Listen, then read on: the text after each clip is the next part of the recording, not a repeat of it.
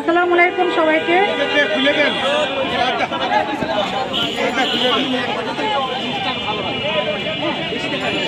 আসসালামু আলাইকুম সবাইকে। ভাইয়া তো বলেই দিল যে আমি আসলে দীর্ঘদিন রাজপথে ছিলাম। আসলে সত্যি কথা 2017-র পর থেকে 2022 পর্যন্ত আমি একদম পুরোদমই রাজপথে ছিলাম। ইনফ্যাক্ট একটা সময় দেখা গেছে যে নেতৃত্বও দিয়েছি একটানা 3 বছর প্লাস। আমার সাথে অনেকেই ছিল, অনেক আপুরা, অনেক ভাইয়েরা ছিল। অন্যতম তার মধ্যে তানজির ভাই আছে, সোনিয়া আপু, মুজাম্মেল মিয়াজি সহ আরও অনেকে আছে। আমরা অনেক কষ্ট করেছি। তো আমরা চাই আসলে আন্দোলনটা সফল হোক, এটা যেন আর ঝুলে না থাকে। আপনারা সবাই জানেন যে এই আন্দোলনটা হচ্ছে 2012 সাল থেকে।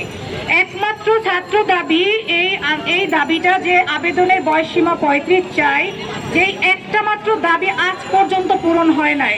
এটার পিছনে যে কারণ, তার অন্যতম মূল কারণ হচ্ছে আমাদের যে বিগত প্রধানমন্ত্রী ছিল শেখ হাসিনা, ওনার কাছে শিক্ষার্থীদের কোনো মূল্যায়ন ছিল না।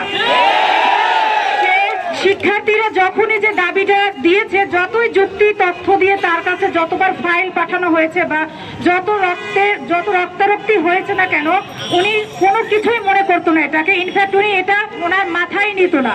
উনি মনে হতো ওনার কাছে শিক্ষার্থী মানে হচ্ছে, ওনার কাছে যে শিক্ষার্থীর মূল্যায়ন মানে বাসার অপ্রয়োজনীয় জিনিসের চেয়েও খারাপ ছিল।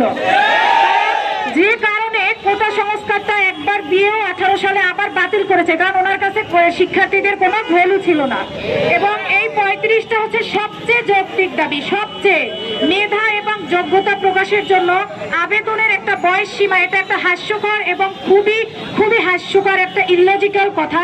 এটা বিশ্বের আর কোনো দেশে নেই, শুধুমাত্র বাংলাদেশ এবং পাকিস্তান ছাড়া আপনারা দেখবেন না যে পৃথিবীর কোনো রাষ্ট্রে আবেদনের কোনো বয়স সীমা লেখা আছে। ইনফ্যাক্ট অন্যান্য যে কান্ট্রিগুলোতে রয়েছে, কিছু কিছু দেশ, আমাদের পার্শ্ববর্তী কিছু কান্ট্রি দেখবেন প্রতি বছর গড় আয়ু, শিক্ষার হার বৃদ্ধির সাথে সাথে তারা চাকরিতে আবেদনের বয়স সীমা বাড়িয়ে দিচ্ছে। কিন্তু আমাদের দেশে শিক্ষার হার বাড়তেছে, গড় আয়ু বাড়তেছে, সমস্ত কিছু কিন্তু অনেক বেশি ডেভেলপ করা সত্ত্বেও আমাদের সেই 30-এর কোঠায় এখনো বসায় রাখা হচ্ছে। 30 বছর একদিন হলো মানে হচ্ছে আপনার সার্টিফিকেট ঘরের ঝাড়ুর চেয়েও মূল্যহীন হয়ে যাচ্ছে। ঠিক আছে, 30 বছর একদিন মানে আপনার জীবন ভ্যালুলেস হয়ে যাচ্ছে। আমি বলছি না যে মানুষকে আমাদের সরকারি চাকরি করতে হবে, কিন্তু সরকারি চাকরি করব কি করব না বা বেসরকারি চাকরি করব কি করব না, এটা আমাদের ব্যক্তিগত সিদ্ধান্ত। কিন্তু আমাদের সারা জীবন ধরে অর্জিত যে সার্টিফিকেটটা, এটা কেন 30 বছর একদিন হওয়ার সাথে সাথে মূল্যহীন হয়ে যায়? কেন হয়ে যায়?